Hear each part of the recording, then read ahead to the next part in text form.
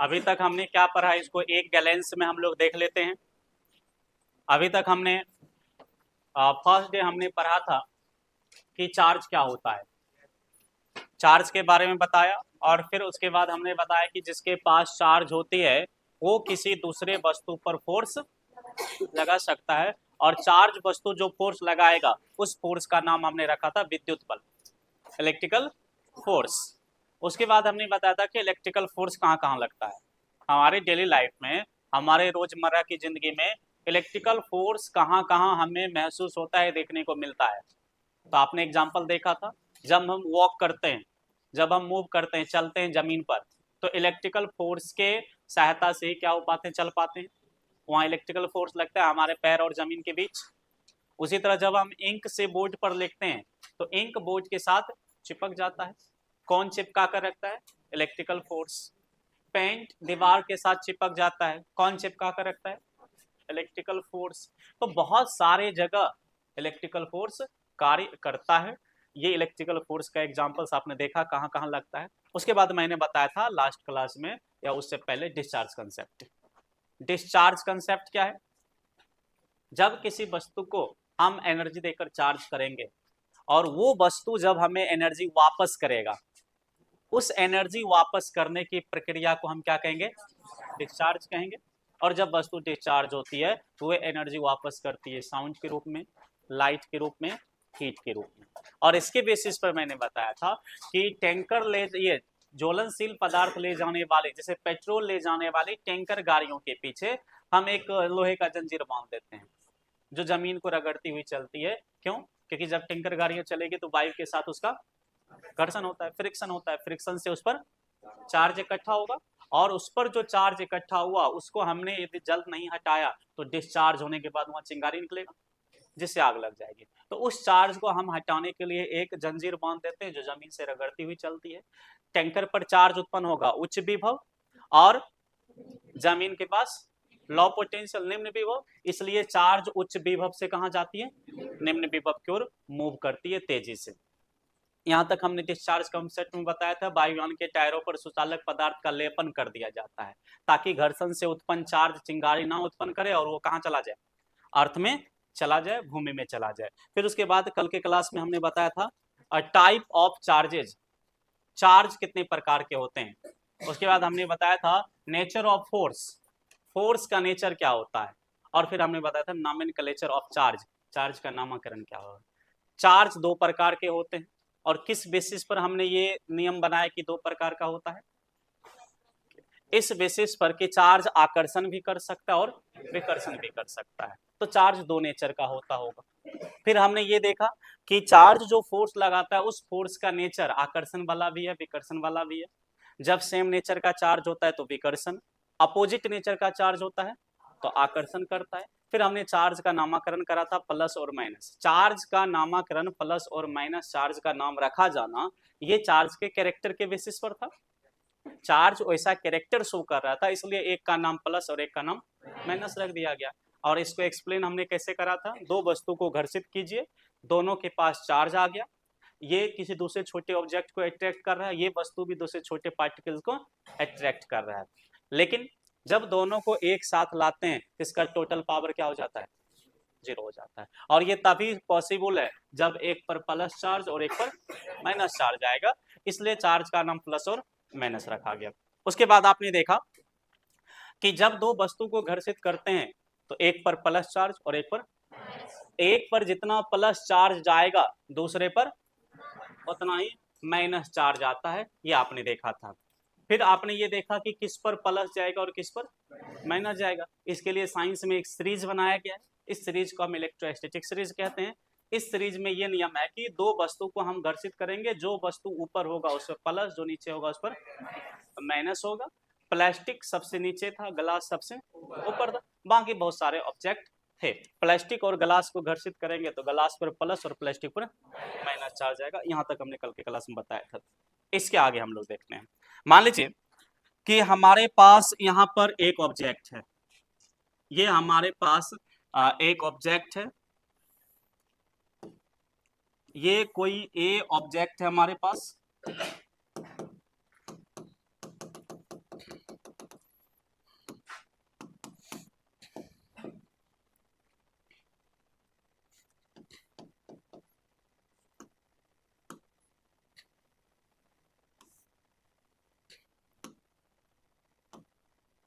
देखें, ये हमारे पास एक ऑब्जेक्ट है, ये ए कोई ऑब्जेक्ट है हमारे पास। मैं आपसे पूछ रहा हूं इस ऑब्जेक्ट के पास चार्ज है या नहीं? कैसे पता चला है? मैंने बोला है बाबा वाला स्टाइल नहीं देना है क्लासरूम में, यहाँ साइंस की पढ़ाई होती है। हमें ये कैसे पता चलेगा? आपने बोला इसके पास चार्ज है, किस आधार पर आपने बोला? कोई तो बेसिस होगा ना। इसके पास चार्ज है कैसे? सोचिए, किसी वस्तु के पास चार्ज है या नहीं, ये पता करने का क्या तरीका है अभी तक? जो नॉलेज आपके पास है उसके आधार पर आप बोले कि इसको हम किसी छोटे वस्तु के पास ले जाएंगे, यदि ये उस छोटे वस्तु पर फोर्स लगा रहा है तो इसके पास चार्ज है, नहीं लगा रहा है तो नहीं है। हमने इसको छोटे पार्टिकल के पास ले गया और ये फोर्स नहीं लगा रहा है, हम क्या बोलेंगे? इसके पास चार्ज नहीं है। तो इस वस्तु के पास चार्ज नहीं है। चलिए, इसके पास चार्ज नहीं है, ये तो एक साइड हो गया। अब दूसरे तरीका से इसको सोचिए कि इसके पास चार्ज है कि नहीं। एक तरीका से हमने सोचा कि ये फोर्स नहीं लगा रहे थे, इसके पास चार्ज नहीं है। दूसरे तरीका से सोचिए, दुनिया का हर एक मटेरियल आपको मालूम है इलेक्ट्रॉन और प्रोटॉन और न्यूट्रॉन से बना है।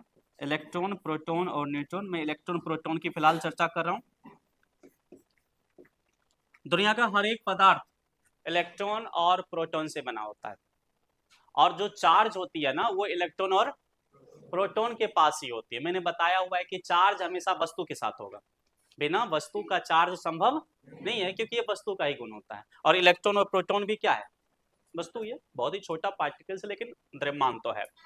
इलेक्ट्रॉन के पास माइनस चार्ज होता है और प्रोटॉन के पास, ये जो कल आपने प्लस माइनस चार्ज पढ़ा, इलेक्ट्रॉन के पास नेगेटिव चार्ज होता है 1898 में जे थॉमसन साहब ने बताया था, और प्रोटॉन के पास पॉजिटिव चार्ज होता है 1886 के आसपास हमें ये पता चला था। इलेक्ट्रॉन, प्रोटॉन, हर एक पदार्थ इलेक्ट्रॉन और प्रोटॉन से बना है, और इलेक्ट्रॉन और प्रोटॉन के पास ही चार्ज होता है।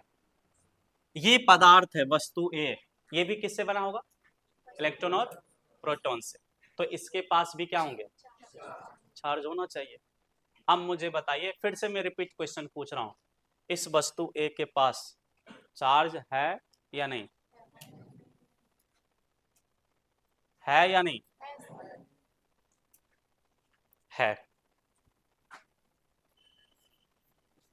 ये देखिए, आप बोल रहे हैं हाँ इसके पास चार्ज है, लेकिन अभी 1 मिनट पहले आपने क्या बोला? नहीं है। मैंने लिख भी दिया, आप झूठ नहीं बोलोगे। 1 मिनट पहले आपने बोला चार्ज नहीं है, और अभी बोल रहे हो चार्ज है। मुझे एक चीज बताओ, यदि आप दोनों बोलोगे है भी और नहीं भी है, तब मैं आपसे पूछ लूंगा आप पुरुष हो या महिला हो। ये क्वेश्चन मैं रिपीट कर दूंगा। बोलिए, चार्ज है या नहीं इसके पास? है। कैसे? जब इसके पास चार्ज है तो जिसके पास चार्ज होता है वो दूसरे वस्तु को क्या करता है? फोर्स लगाता है। ये तो फोर्स नहीं लगा रहा है, थोड़ा डिस्चार्ज हो गया। ये तो बहुत ही अच्छा नियम है ना। मैं बोलूंगा यहाँ सलमान खान है, आप पूछोगे कहाँ चला गया, भाग गया। मैंने बोला ये बाबा टाइप का आंसर नहीं देना है कभी, साइंस क्लास है ना। डिस्चार्ज हो गया,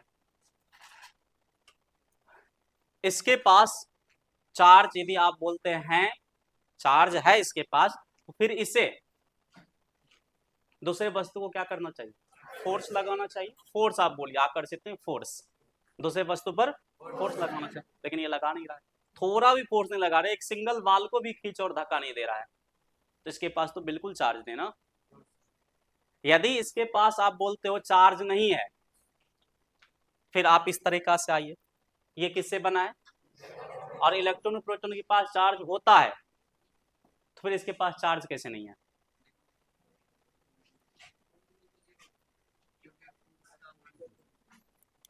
मैं ये बोल रहा हूं कि इसके पास यदि चार्ज नहीं है तो इलेक्ट्रॉन और प्रोटॉन तो है इसके अंदर, चार्ज होना चाहिए इसके अंदर।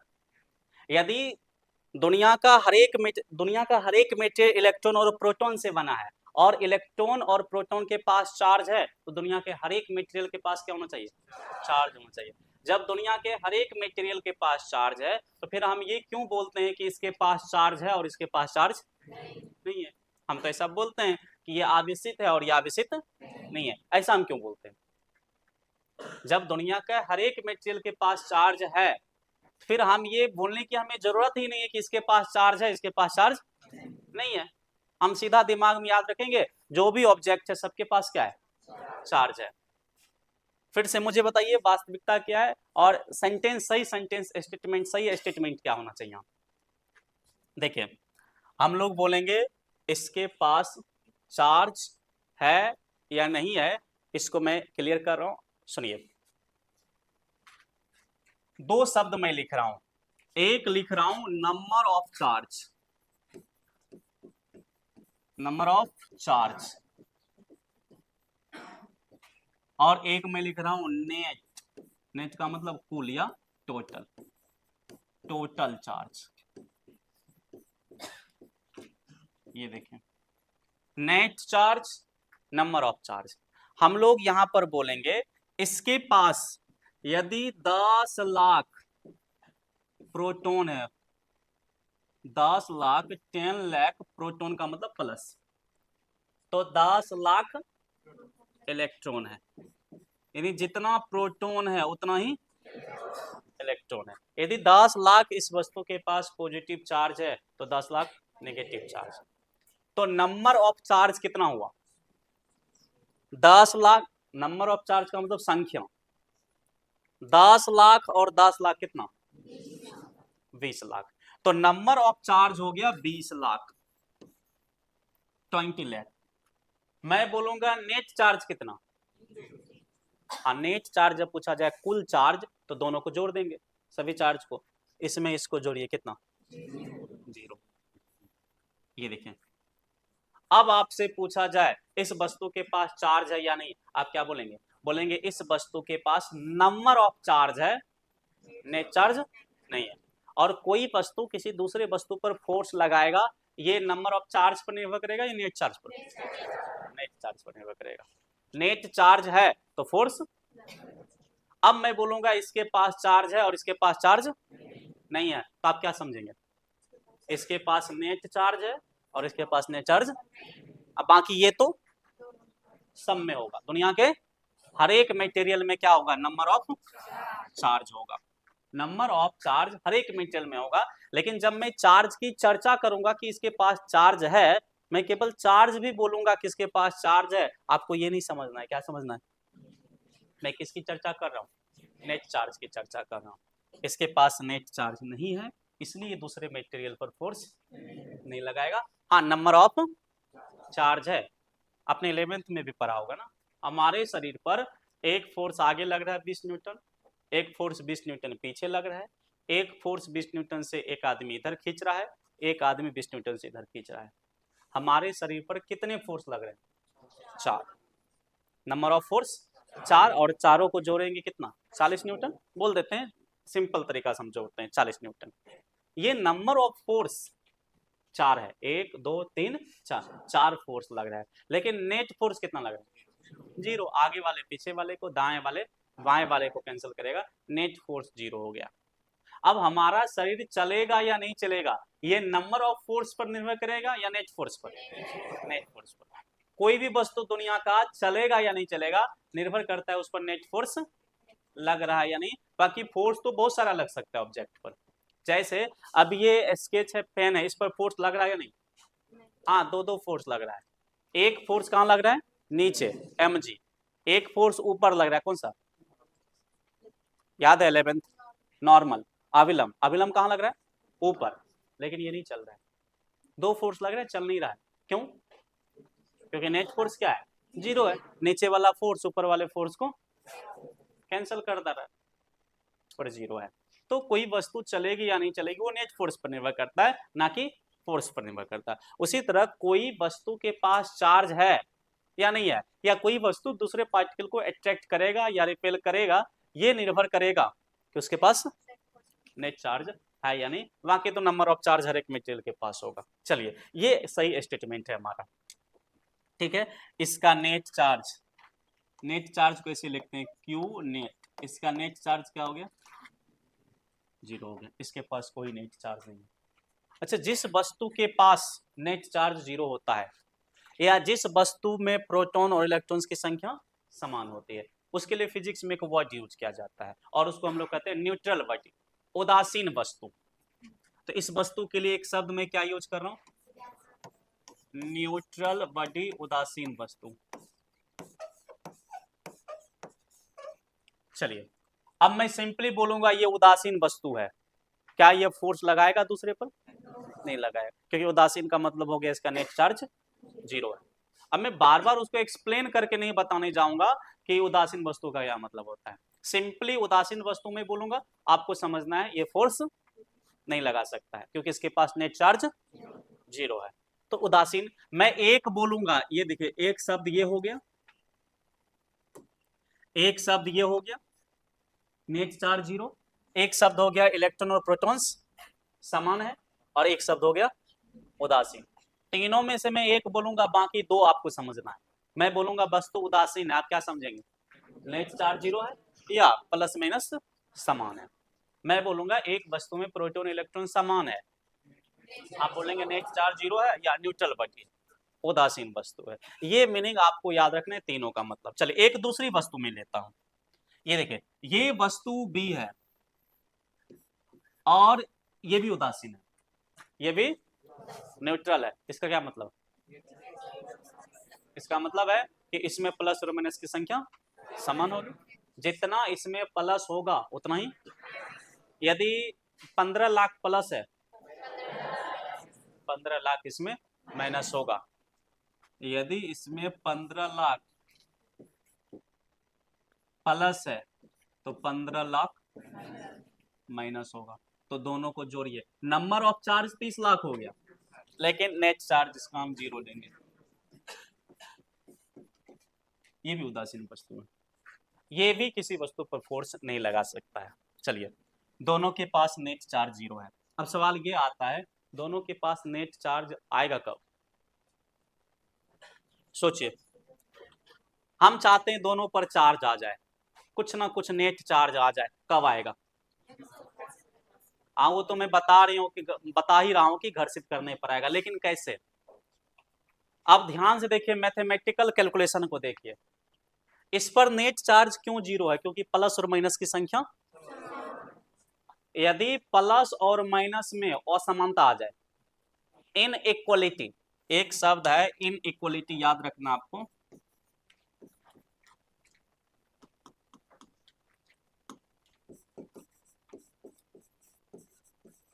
इन इक्वलिटी, असमानता,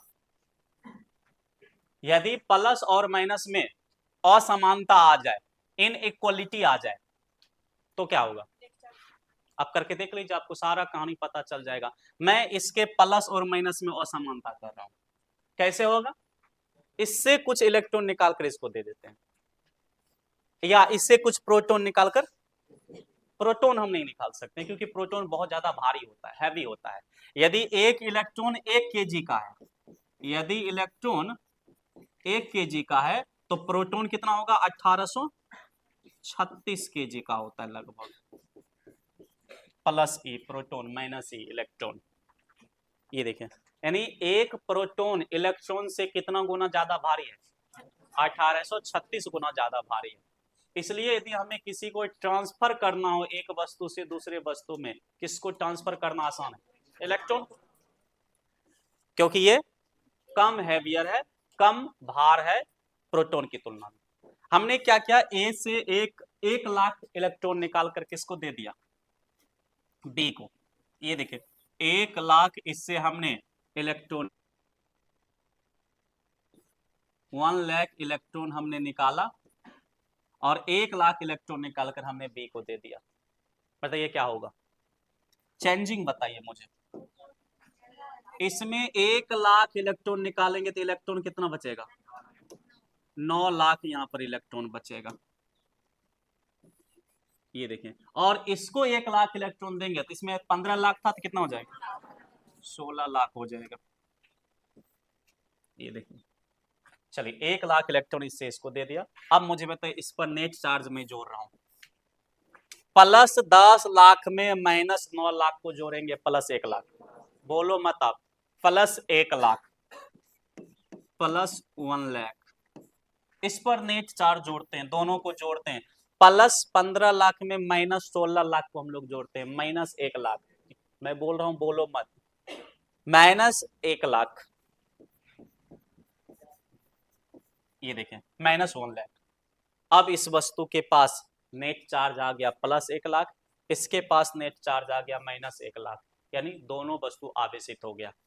देख लीजिए, पहले दोनों वस्तु का नेट चार्ज 0 था, अब दोनों वस्तु के पास कुछ ना कुछ नेट चार्ज है, प्लस 1 लाख माइनस 1 लाख। अब ये दूसरे वस्तु पर फोर्स लगा सकता है। क्यों हुआ इसके पास नेट चार्ज प्लस 1 लाख, क्योंकि इसके प्लस माइनस में असमानता हुआ। इसमें माइनस 1 लाख क्यों हुआ, क्योंकि इसके भी प्लस माइनस में असमानता हुआ। तो किसी वस्तु पर यदि नेट चार्ज उत्पन्न करना है, उसके प्रोटॉन और इलेक्ट्रॉन्स की संख्या में क्या उत्पन्न करना होगा, इनइक्वालिटी उत्पन्न करना होगा। और इनइक्वालिटी उत्पन्न करने के लिए क्या करेंगे, एक से इलेक्ट्रॉन निकालकर दूसरे में देंगे, एक से इलेक्ट्रॉन निकाल लेंगे दूसरे में दे देंगे। अब एक से इलेक्ट्रॉन दूसरे में निकालकर देंगे कैसे, एक से इलेक्ट्रॉन निकालकर दूसरे में कैसे दिया जाता है, अब हमारा वही शब्द आ जाएगा, कौन सा, घर्षण। दो वस्तु को हम क्या करेंगे, घर्षित करेंगे। ये वस्तु ए है, ये वस्तु बी है, ये देखिए ये वस्तु ए है, वस्तु ए का बीच में क्या होगा, नाभिक, नाभिक सेंटर होता है, और इलेक्ट्रॉन उसके चारों तरफ, ये जो उंगली है मान लीजिए इलेक्ट्रॉन है, नाभिक के चारों ओर घूम रहा है। ये वस्तु बी है, ये बी का नाभिक, और ये उंगली जो इलेक्ट्रॉन ये चारों ओर क्या कर रहा है, हमने बी को पकड़ा, ए के ऊपर रखा और घर्षित किया। घर्षण कब कहलाएगा, जब आगे पीछे करेंगे या ऊपर नीचे करेंगे, ऊपर नीचे में घर्षण कहलाएगा। आगे पीछे, आप आगे पीछे करो, क्या हो रहा है, घर्षण तो हो रहा है, लेकिन क्या हो रहा है, ये फंस रहा है। कौन फंस रहा है, इलेक्ट्रॉन। ये इलेक्ट्रॉन घूम रहा था, ऐसे हमने रख दिया, इलेक्ट्रॉन फंस रहा है, और आप ज्यादा फोर्स लगाएंगे तो एक से इलेक्ट्रॉन टूटकर दूसरे में चला गया। तो आपने ए और बी को घर्षित किया, ए से इलेक्ट्रॉन टूटा गया, और एक से ए से 1 लाख इलेक्ट्रॉन टूटकर बी के साथ चला गया।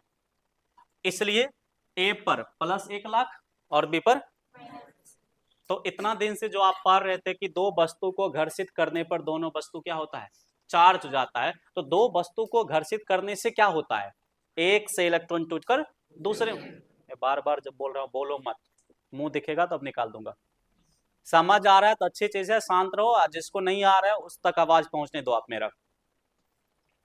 एक वस्तु से इलेक्ट्रॉन,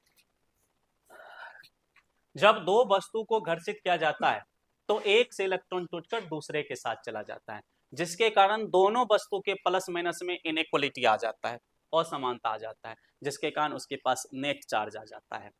तो किसी वस्तु पर नेट चार्ज उत्पन्न करने के लिए प्लस माइनस में असमानता होनी चाहिए। प्लस माइनस में असमानता उत्पन्न करने के लिए एक से इलेक्ट्रॉन दूसरे में जाना चाहिए। एक से इलेक्ट्रॉन दूसरे में कैसे जाएगा, जब उसको रब करेंगे। तो घर्षण करने से वस्तु क्यों चार्ज होता है, इसका आंसर आपको मिल गया, क्योंकि एक से इलेक्ट्रॉन टूटकर दूसरे में चला जाता है। चलिए, अब वस्तु ए से इलेक्ट्रॉन टूटा, यानी ए ने इलेक्ट्रॉन त्याग किया और बी ने इलेक्ट्रॉन को एक्सेप्ट करा, ग्रहण किया। देखिए, वस्तु ए ने इलेक्ट्रॉन को त्याग करा, इस पर प्लस आवेश आ गया, इसलिए वस्तु या धनावेशित वस्तु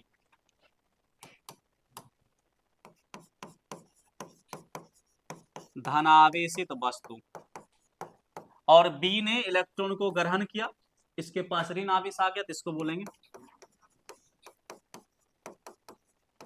ऋण आवेशित वस्तु।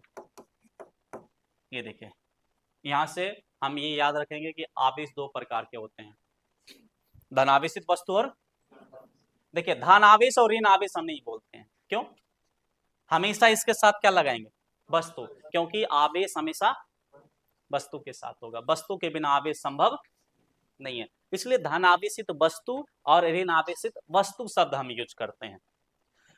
तो आपके एग्जाम में क्वेश्चन पूछेगा, पूछता भी है, कहेगा किसी वस्तु को धन आवेशित किया जा रहा है, इसका क्या मतलब है?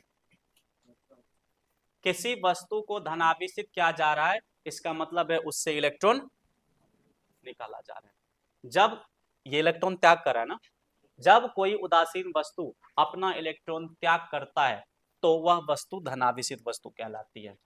जब कोई उदासीन वस्तु इलेक्ट्रॉन ग्रहण करता है, कहां से कर रहा है इससे कोई मतलब नहीं है, जब कोई उदासीन वस्तु इलेक्ट्रॉन ग्रहण करता है वह वस्तु ऋणावेशित वस्तु कहलाती है। क्वेश्चन कैसे पूछेगा? कहेगा एक वस्तु को धनावेशित किया जाता है, इसका क्या मतलब है? क्या लिखेंगे? एक वस्तु को धनावेशित किया जाता है, इसका मतलब है उससे कुछ इलेक्ट्रॉन निकाला जा रहा है। एक वस्तु को ऋणावेशित किया जाता है, इसका क्या मतलब है? एक वस्तु को ऋणावेशित किया जाता है, इसका तात्पर्य यह है कि उस वस्तु को कुछ एक्स्ट्रा इलेक्ट्रॉन दिया जा रहा है, ऊपर से कुछ एक्स्ट्रा इलेक्ट्रॉन दिया जा रहा है। कहेगा एक वस्तु को, सोचिए अब क्या बोलेंगे, इलेक्ट्रॉन निकाला जा रहा है या दिया जा रहा है? दोनों बोल देंगे। ऐसा भी क्वेश्चन पूछ सकते हैं, एक वस्तु को आवेशित किया जा रहा है, इससे आप क्या समझते हैं? देखेंगे एक वस्तु को आवेशित किया जा रहा है, यदि वस्तु को धन आवेशित किया जा रहा है तो इलेक्ट्रॉन निकाला जा रहा है, यदि वस्तु को ऋण आवेशित किया जा रहा है तो इलेक्ट्रॉन दिया जा रहा है, ये हम लोग बोल देंगे। ये हमारे पास एक ऑब्जेक्ट है, इससे हमें धन आवेशित करना है, आप क्या करोगे? धन आवेशित करना है, क्या करोगे? इलेक्ट्रॉन निकालेंगे। इसको ऋण आवेशित करना है, इलेक्ट्रॉन इसको दे देंगे। और इलेक्ट्रॉन निकालने और देने का एक तरीका होता है, और वो कौन सा तरीका है? घर्षण। क्या और भी कोई तरीका होगा? हाँ, आगे जाकर और भी तरीका होगा, प्रेरण होगा, आगे जाकर और भी तरीका होगा, चालन होगा। तो किसी वस्तु को आवेशित करने की 3 विधि हम पढ़ेंगे। अभी हम क्या पढ़ रहे हैं? घर्षण, फिर पढ़ेंगे प्रेरण, फिर पढ़ेंगे चालन। लेकिन अभी हमारे पास घर्षण का नॉलेज है तो घर्षण को लेकर चलते हैं, 2-3 दिन में प्रेरण और चालन भी आ जाएगा। अच्छा, इस वस्तु से इलेक्ट्रॉन निकाला जा रहा है, इससे इलेक्ट्रॉन क्या है? एक छोटा सा पार्टिकल्स है और इसका द्रव्यमान होता है 9.1 गुना 10 पर पावर माइनस 31 किलोग्राम। किसका द्रव्यमान? इलेक्ट्रॉन का। ये बहुत कम द्रव्यमान है, इसको नहीं के बराबर माना जाता है, लेकिन द्रव्यमान तो है, द्रव्यमान तो ये है कुछ ना कुछ। यदि इससे एक इलेक्ट्रॉन निकला तो इतना द्रव्यमान इस वस्तु में क्या हो जाएगा? घट जाएगा। यदि इससे 2 इलेक्ट्रॉन निकला तो इसका 2 गुना घट जाएगा। यदि इससे 3 इलेक्ट्रॉन निकला तो 3 गुना द्रव्यमान घट जाएगा। और कितना इलेक्ट्रॉन निकल रहा है? 1 लाख। 1 लाख का मतलब होता है 10 पर पावर 5, तो इसको किससे गुना करेंगे? 10 पर पावर 5 से, उतना द्रव्यमान इसका क्या हो जाएगा? घट जाएगा। ये फेमस क्वेश्चन है, आपके एग्जाम में पूछता है, कहेगा किसी वस्तु को धन आवेशित किया जाता है तो वस्तु का द्रव्यमान बढ़ेगा या घटेगा? घटेगा, क्योंकि धन आवेशित करने के लिए इलेक्ट्रॉन निकालेंगे और इलेक्ट्रॉन निकालेंगे तो उसका द्रव्यमान घटेगा। ये देखिए, इसका द्रव्यमान घटता चला जाएगा, ये सारा चीज में लिखाऊंगा, द्रव्यमान डिक्रीज होगा, घटेगा। और इसका उल्टा, जब वस्तु को ऋण आवेशित किया जाएगा तो उसका द्रव्यमान, ऋण आवेशित करने के लिए इलेक्ट्रॉन इसको देंगे और इलेक्ट्रॉन इस पर जाएगा तो इसका द्रव्यमान बढ़ता चला जाएगा, इसमें द्रव्यमान बढ़ेगा। तो याद रखना, जब किसी वस्तु को धन आवेशित किया जाएगा वस्तु का द्रव्यमान घटेगा, ऋण आवेशित किया जाएगा द्रव्यमान। अब क्वेश्चन कैसे पूछता है सुनिए, कहेगा एक वस्तु को धन आवेशित किया जा रहा है, इसका क्या तात्पर्य है? तो लिखेंगे एक वस्तु को धन आवेशित किया जा रहा है, इसका तात्पर्य है कि वस्तु से कुछ इलेक्ट्रॉन निकाला जा रहा है, अर्थात वस्तु का द्रव्यमान घट रहा है। दोनों चीज अब जोड़ देंगे, थोड़ा स्मार्ट आंसर हो जाएगा।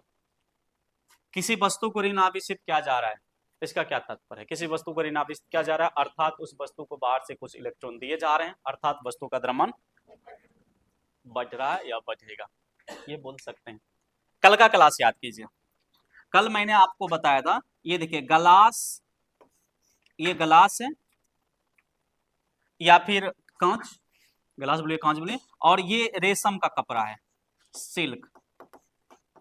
अब ग्लास और सिल्क को हमने घर्षित करा, ये एनसीईआरटी का क्वेश्चन है। ग्लास और सिल्क को हमने रब कर दिया, मुझे बताइए किस पर प्लस किस पर माइनस? Plus minus. ये आपने डिसाइड कर दिया किसके बेसिस पर? इलेक्ट्रोस्टैटिक सीरीज के बेसिस पर। मुझे बताइए किससे इलेक्ट्रॉन किस में गया होगा?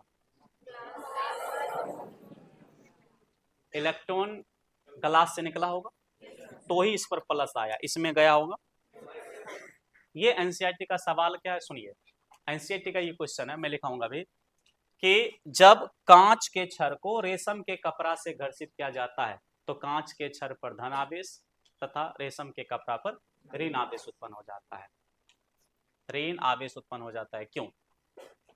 तो लिखेंगे जब कांच के छड़ को रेशम के कपड़ा से घर्षित किया जाता है तो कांच के छड़ से इलेक्ट्रॉन निकलकर रेशम के कपड़ा में प्रवेश कर जाता है, जिसके कारण कांच पर धन आवेश तथा रेशम पर ऋण आवेश उत्पन्न हो जाता है। चलिए किसका द्रव्यमान बढ़ेगा? इसका द्रव्यमान बढ़ेगा, इसका द्रव्यमान घटेगा। ये किसी व्यक्ति का बाल है और ये कॉम्ब है, कंघी है, कंघी प्लास्टिक। अब इस कंघी को हमने इस बाल से क्या किया? रब किया। किस पर प्लस किस पर माइनस?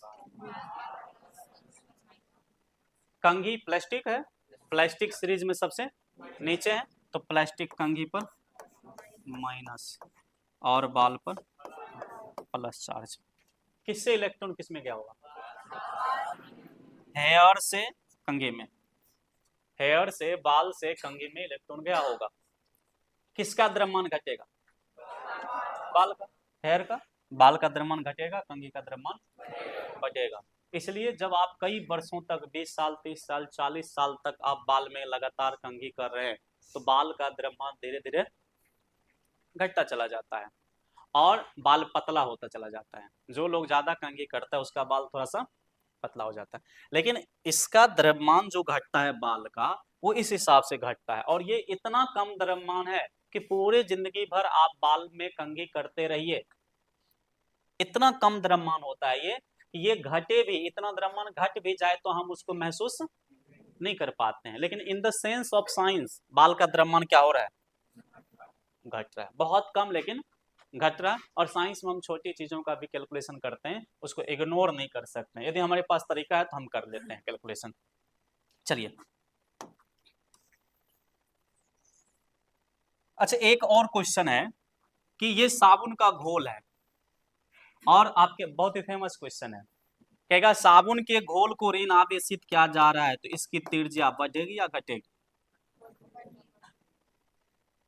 सोचिए, त्रिज्या बढ़ेगी या घटेगी? आप जरा सोचिए, ऋण आवेशित, ये माइनस ये भी माइनस, माइनस को क्या करेगा? धक्का देगा। ये माइनस इस माइनस को, नहीं सभी माइनस एक दूसरे को, और जब सब एक दूसरे को धक्का देगा तो ये क्या होगा? फैल जाएगा। ये देखिए त्रिज्या क्या हो गई? बढ़ गई है। तो याद रखना जब साबुन के बुलबुले को ऋण आवेशित किया जाएगा तो इसकी त्रिज्या बढ़ जाएगी। अच्छा धन आवेशित किया जाए तब क्या होगा? फिर भी बढ़ेगा ना। मैं द्रव्यमान की थोड़ा ना चर्चा कर रहा हूँ, धन आवेशित किया गया है तो धन आवेशित करने से क्या होगा? देखिए ये प्लस इस प्लस को फिर से धक्का देगा, सभी प्लस एक दूसरे को क्या करेगा? धक्का देगा, तो फिर से विकर्षण हो रहा है ना। अभी भी इसकी त्रिज्या क्या होगी? तो धन आवेशित किया जाए या ऋण आवेशित किया जाए, त्रिज्या बढ़ेगी। लेकिन यहाँ पर द्रव्यमान बढ़ेगा और धन आवेशित में द्रव्यमान घटेगा। मास अलग चीज है, त्रिज्या का वर्णन करना अलग चीज है। चलिए ये भी क्वेश्चन में लिखाऊंगा और याद रखना है, बड़ा ही फेमस क्वेश्चन होता है। आपके एग्जाम में पूछेगा एक वस्तु को धनावेशित किया जा रहा है, उसका द्रव्यमान, ऑप्शन ए बढ़ेगा, बी घटेगा, सी नियत रहेगा, option D data is not complete. क्या हुआ? घटेगा। ऋण आवेशित किया जाएगा। पूछ दे एक वस्तु को आवेशित किया जाता है तो इसका द्रव्यमान, ऑप्शन ए बढ़ेगा, ऑप्शन बी घटेगा, ऑप्शन सी बढ़ घट सकता है, दोनों के साथ जाना। एक वस्तु को आवेशित किया जा रहा है उसका द्रव्यमान बढ़ भी सकता है और घट भी सकता है, हम ऐसे बोल सकते हैं। इसमें किसकी संख्या अधिक है, इलेक्ट्रॉन की या प्रोटॉन की? Proton 10 lakh, electron 9 lakh. Proton, number of proton ज्यादा है नंबर ऑफ इलेक्ट्रॉन्स। देखिए यहाँ पर इलेक्ट्रॉन ज्यादा है प्रोटॉन से, ये भी याद रखना है।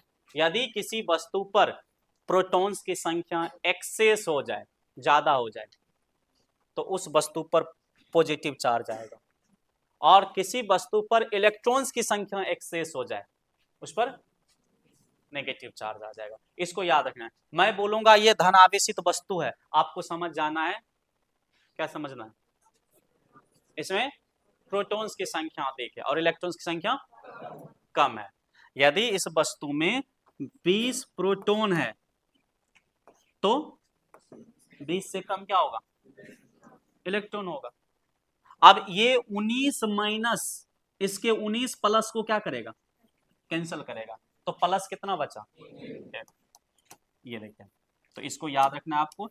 यदि किसी वस्तु को धनावेशित क्या, ये यानी धनावेशित वस्तु में प्रोटॉन अधिक होगा, इलेक्ट्रॉन कम होगा।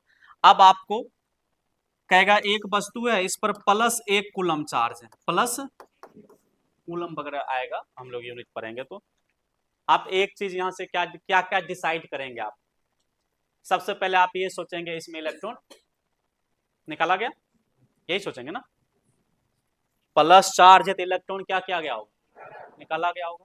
दूसरा क्या सोचेंगे, द्रव्यमान घट गया होगा। तीसरा क्या सोचेंगे कि इस पर प्रोटॉन्स अधिक होगा, इलेक्ट्रॉन्स कम होगा। और ताकत में यानी आप सत्ता बोल सकते हैं, सत्ता में कौन होगा, प्रोटॉन। जिसकी संख्या ज्यादा होती है, जिसको ज्यादा वोट रहता है, वो सत्ता में होता है।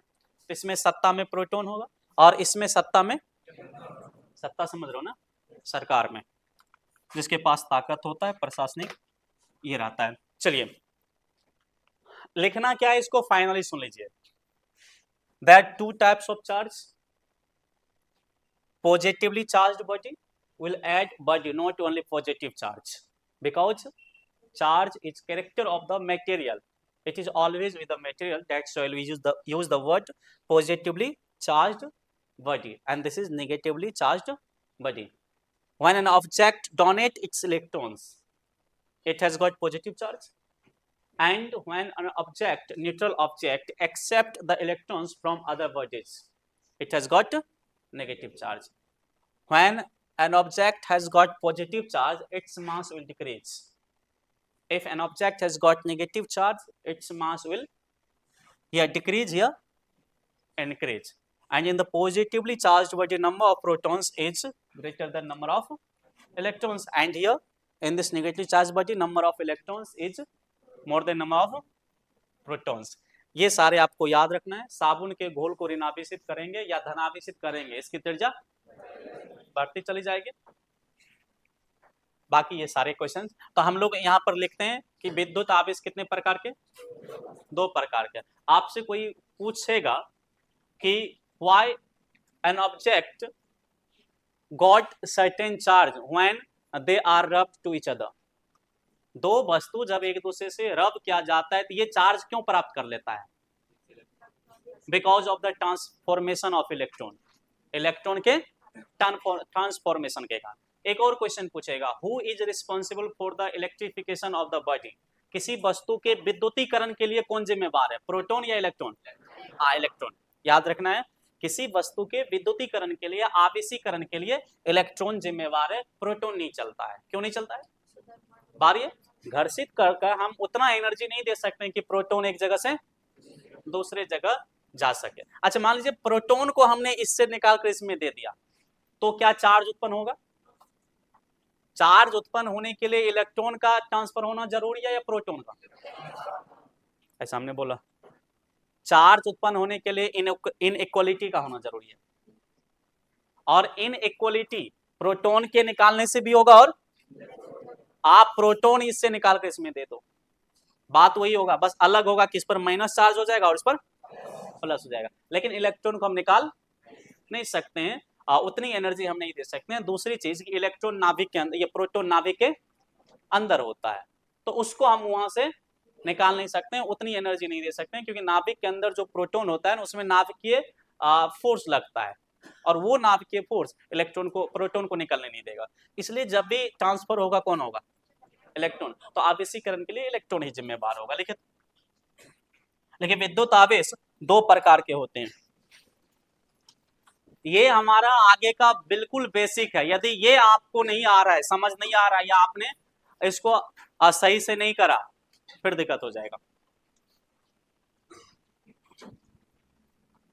देखिए, विद्युत आवेश दो प्रकार के होते हैं। विद्युत आवेश दो प्रकार के होते हैं। विद्युत आवेश दो प्रकार के होते हैं। विद्युत आवेश दो प्रकार के होते हैं। अच्छा, जिनका जिनका एडमिशन हो गया, कल आपको रिसीविंग मिल जाएगा क्लास में ही।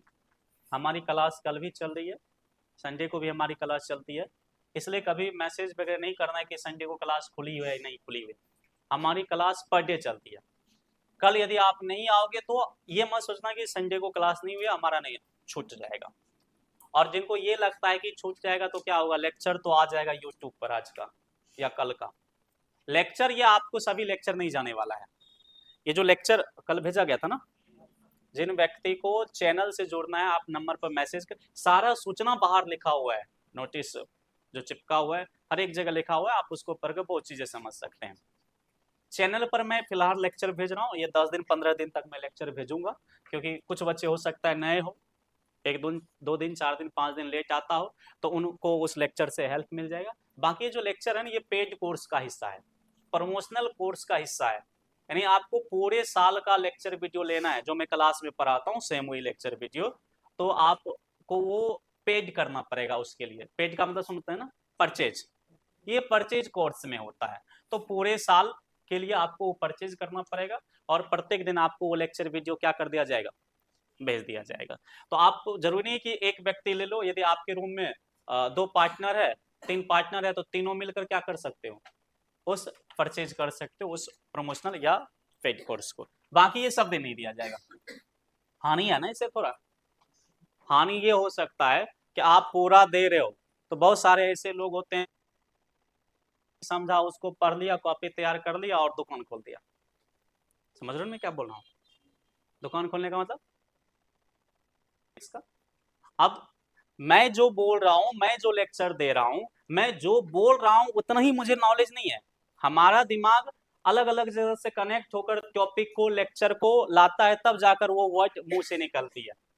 अब कोई व्यक्ति आकर केवल सुना और रट्टाफिकेशन करके आप, तो बच्चा को उसे समझ नहीं आएगा। इससे बच्चा को घाटा है और मुझे तो घाटा है ही, इसलिए इसको पेड कोर्स के अंतर्गत ही रखा गया है। खर्चा भी होता है ना इसमें आपका, ये सारे सिस्टम, ये तीनों बोर्ड मिलकर जितना बिजली बिल लेता है ना, ये अकेले ले लेता है। ये क्या कहते हैं इसको, सीपीयू प्रोसेसर है। इसमें ग्राफिक्स वगैरह होते हैं, जो भी सॉफ्टवेयर वगैरह होता है, बहुत ज़्यादा ये एनर्जी लेता है, खर्चा भी होता है। फिर हमें आदमी को बोलना पड़ता है एडिट कर दो, वीडियो को एडिट करके फिर वो उसको क्या करता है, डालेगा आपके ऐप पर। उसके लिए भी क्या चाहिए, वाईफाई वगैरह चाहिए। इसलिए बस खर्चा के लिए जितना खर्चा होता है उतना आप दे दोगे, आपको ये पेड कोर्स मिल जाएगा। पूरे साल के लिए 500 रुपया है, 500 रुपया जिस व्यक्ति को देना होगा। ये किसी को लेने की जरूरत नहीं है इसको। यदि आप रेगुलर क्लास कर रहे हो तो आपको ये पेड कोर्स लेने की जरूरत नहीं है, क्योंकि आप रेगुलर क्लास कर रहे हो और क्लास में जो चीज़ें मैं बोल रहा हूँ सेम चीज़ उसमें रहेगा, यही चीज़ें अभी रिकॉर्ड हो रही है, यही चीज़ें वहाँ पर रहेगा। फिर भी जिसको लगता है नहीं हमें लेक्चर भी सुनना है, बहुत सारे लोगों को लगता है कि हमें रूम पर भी लेक्चर को क्या करना है, रिपीट करना है, तो आप पेड कोर्स ले सकते हो। मैं क्या लिखा रहा था, हाँ, विद्युत आवेश दो प्रकार के होते हैं। एक नंबर लिखिए, धन आवेशित वस्तु, पॉजिटिवली चार्ज्ड बॉडी, धन आवेशित वस्तु, पॉजिटिवली चार्ज्ड बॉडी।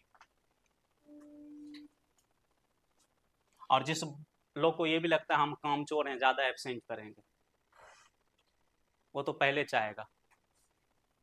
और इसका एक नेगेटिव साइड भी है, कहेगा चलो पेड कोर्स लिए हुए हैं, आज एब्सेंट कर देते हैं, कल मोबाइल पर ही देख लेंगे। ये एक नेगेटिव साइड है, और ये वैसे बच्चे होंगे जिसको पढ़ाई से ज़्यादा लगाव नहीं होगा। लेकिन पॉजिटिव साइड इसका बहुत है, नेगेटिव साइड तो एक आध है, लेकिन पॉजिटिव साइड बहुत है इसका, कि पढ़ने वाला बच्चा को भी कभी इमरजेंसी हो गया, 4 दिन क्लास छोड़ना पड़ गया, अब 4 दिन, इंटर का पढ़ाई ऐसा होता है कि एक दिन आप नहीं समझोगे ना, बहुत दिन तक आपको समझ नहीं आएगा। आज ही का क्लास ले लें, आज का क्लास जिसने जिसने नहीं करा है, आगे का उसको 1 महीना तक चार्ज नहीं समझ आएगा, चार्ज उसको जीवन में कभी समझ ही नहीं आएगा। क्योंकि जितना भी इससे पहले हमने जितना भी लेक्चर दिया, सबसे ज्यादा बेस्ट लेक्चर ये है। तो आप भी आप सुने होंगे तो आप कनेक्ट कर दिए होंगे, घर्षण से क्यों चार्ज हो रहा था, कोई वस्तु कब चार्ज होगा, ये सारा चीज अभी आप कनेक्ट कर दिए। लेकिन जब कोई उदासीन वस्तु, जब कोई उदासीन वस्तु, जब कोई उदासीन वस्तु, जब उदासीन वस्तु, उदासीन वस्तु, अपना इलेक्ट्रॉन त्याग करता है, अपना इलेक्ट्रॉन त्याग करता है, अपना इलेक्ट्रॉन त्याग करता है, तो वह वस्तु, कल मैं रसीद भी दे रहा हूं, जिनका जिनका एडमिशन में रसीद भी मिलेगा, मैं क्लास में ही नाम पुकारूंगा और आप रसीद ले लेंगे। बड़ा ही मुश्किल है, इसलिए मैं क्लास में सभी को रसीद दे दूंगा। अपना इलेक्ट्रॉन त्याग करता है तो वह वस्तु धनावेशित वस्तु कहलाती है, वह वस्तु धनावेशित वस्तु कहलाती है, वह वस्तु धनावेशित वस्तु कहलाती है, वह वस्तु धनावेशित वस्तु कहलाती है, धनावेशित वस्तु कहलाती है। जिस समय सभी बच्चे उतर जाते हैं ना 6 से 7 में, उस समय जब सीढ़ी पर चढ़ना, मैं देखते रहता हूँ ऑफिस से, पूरा धर्म धर्म करके आप चढ़ते हो, वैसी स्थिति में आपको मैं गेट पर आऊंगा किसी दिन, यहाँ पर पकड़ के यहीं पर मैं पूछूंगा आपको, आराम से 1 बाय 1 करना है, क्यूज में चलना है, कोई जानते हो ना, लाइन में चलना है आपको, धराम से नहीं चलना है, एक साथ 4 आदमी नहीं चलना है सीढ़ी पर। दूसरी चीज, ये जो लगाया गया फुटमेट, ये धरी करके जो भी है, ये क्यों लगाया गया है, ताकि उस पर आप चल कर आओगे, जो पैर में डस्ट है वो उसमें क्या हो जाएगा, चला जाएगा। तो इस तरह का कर्व नहीं बनाना है कि छत पर से आना है ऐसे करके, आपको इसी पर से आना है, क्योंकि इस क्लास में बहुत सारे बच्चे आते हैं तो डस्ट बड़ा प्रॉब्लम है यहाँ पर, इसलिए ये दरी लगाया गया है। तो आप उसी पर प्रयास करेंगे, उसी पर आने का, पूरा क्लास में से नहीं घूमना है, तो बात वही हो जाएगा, फिर गंदगी अंदर आ ही जाएगा। रूल्स का पालन कीजिए, जो रूल्स है।